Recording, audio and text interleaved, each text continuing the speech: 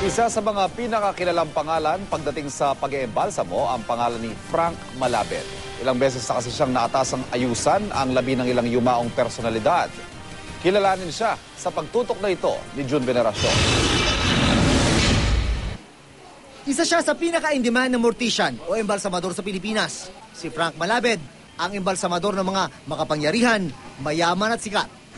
Dumaan sa mga kamay ni Malabed si dating Senador Ninoy Aquino. Siya rin na nag-ayos sa karibal nito sa politika na si dating Pangulong Ferdinand Marcos. At kamakailan, si dating DILG Secretary Jesse Robredo naman ang kanyang inayusan. Ang embalming sa akin, sabi ko nga, is 100% or zero.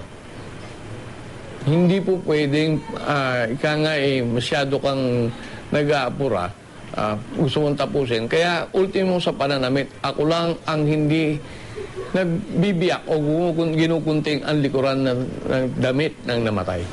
Bago siya magtrabaho, nagdadasal muna raw siya. At meron pa siyang isang ritual. Hanggat mare, binubulungan ko at kinakausap ko ang namatay o yumao. Alam mo, tao rin yan eh. Bagamat sabi mo nga wala ng buhay. Pero pwede mong kausapin at pakiusapan. Huwag mo akong pahirapan, pagaganday kita at aayusin kita mabuti. Ganun ang akin pagkatapos kong magdasal. Isa sa mga trade secrets ni Mr. Malabed ay ang kanyang mga makeup. Lahat ng mga makeup na nandito, imported galing Amerika. Specially made para sa mga patay. Sabi ni Mr. Malabed, pwede rin naman daw gumamit ng makeup na pangbuhay. Yun nga lang, pangit daw ang resulta nito at kadalasan, nagbibitak-bitak.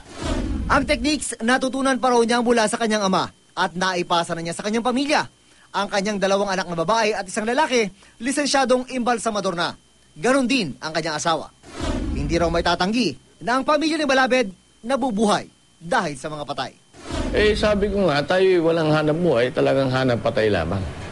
June Veneracion, Nakatutok, 24 Oras.